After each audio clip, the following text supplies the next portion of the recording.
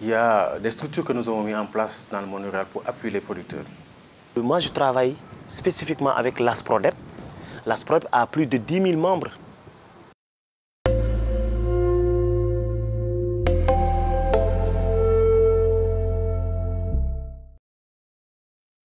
Après l'indépendance en 1960, l'État du Sénégal a été omniprésent sur la filière arachide et s'est ensuite partiellement retiré de la filière. L'État est aujourd'hui présent par le biais d'institutions publiques et d'autres organismes privés apportent des services complémentaires. Plusieurs institutions publiques sont rattachées au ministère de l'Agriculture et de l'Équipement rural. Elles ont tout un rôle dans l'appui, la recherche ou l'aide au développement de la filière. Bonjour, moi je m'appelle Babacar Bey. Je suis le chef du laboratoire de mycotoxines de l'ITA, Institut de Technologie Alimentaire. C'est un laboratoire qui a été retenu par l'État du Sénégal pour le contrôle des aflatoxines dans les graines d'arachide destinées à l'exportation. Ces institutions publiques sont amenées à travailler ensemble sur des domaines variés.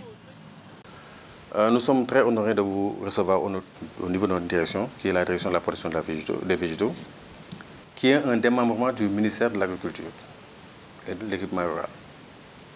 Dans nos missions, nous sommes chargés de la protection des cultures d'une manière générale.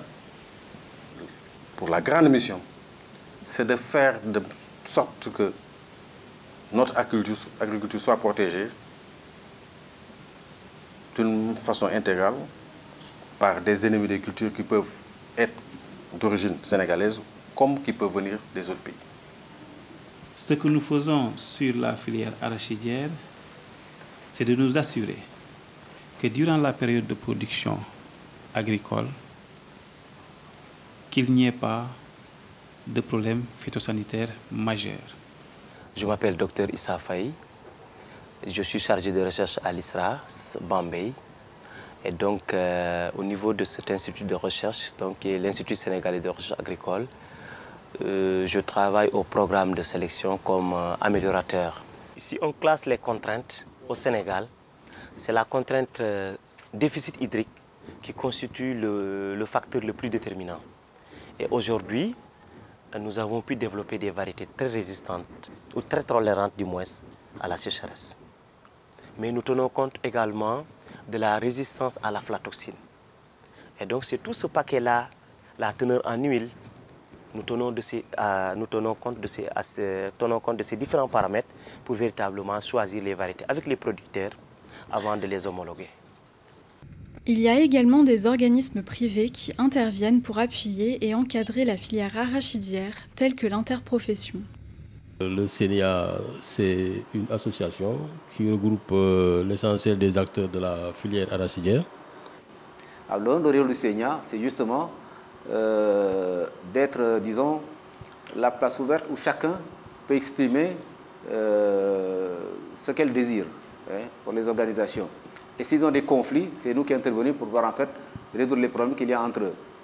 Parce que nous sommes entre acteurs qui ont des intérêts parfois communs et parfois divergents, de sorte qu'il y a toujours des conflits qui naissent. Et nous sommes là aujourd'hui pour arbitrer et pour trouver des solutions. L'autre aspect, c'est peut-être nos relations avec l'État. L'État, donc, depuis pratiquement une vingtaine d'années, disons, a laissé au CENIA la prérogative, par exemple, de fixer, par exemple, le prix. Des institutions financières sont spécialisées pour le domaine agricole et cherchent à inclure les paysans et autres acteurs du monde agricole dans le système bancaire. Et notre rôle, notre vocation, c'est une part de mobiliser l'épargne en milieu rural et d'autre part de financer l'ensemble des activités du monde agricole. En effet, la CNCAS intervient à la fois sur la production et sur la transformation de l'arachide, ainsi que sur le circuit semencier.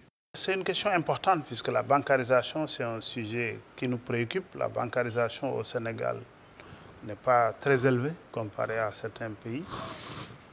Simplement parce que nous avons une économie très informelle. Les gens ont l'habitude de fonctionner dans l'informel. Beaucoup d'entre nos compatriotes pensent que pour avoir un compte bancaire, il faut être riche. Il y a une sorte de barrière qu'il faut casser. Mais en même temps aussi qu'on le dit, c'est parce que la proximité n'est pas toujours évidente.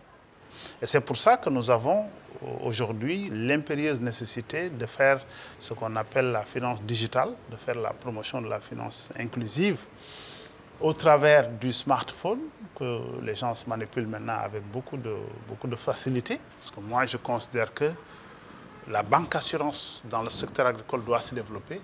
Et je considère aussi que ça fait partie des leviers pour mitiger le risque, pour atténuer le risque. Et un levier aussi de résilience chez l'emprunteur, parce que si nous avons la possibilité de faire souscrire des polices d'assurance en cas de sinistre, une partie de la dette est payée par la compagnie d'assurance et donc du coup le producteur peut revenir à s'endetter une nouvelle fois, ce qui n'est pas le cas quand il n'y a pas de contrat d'assurance. Donc on peut donner un cas où par exemple on donne un crédit de campagne ou bien un crédit de production agricole. Donc la durée maximale c'est 9 mois. Donc on vous donne et après les récoltes, c'est-à-dire qu'au bout de 9 mois vous allez venir rembourser l'intégralité du capital et donc des intérêts donc, qui vont donc s'y ajouter.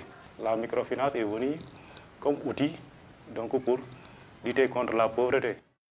Chaque institution, qu'elle soit publique ou privée, comprend les enjeux et problématiques rencontrés par les acteurs de la filière. Elles mettent en place différents services ou projets d'appui dans le but de soutenir les acteurs dans leurs activités et de développer le secteur agricole.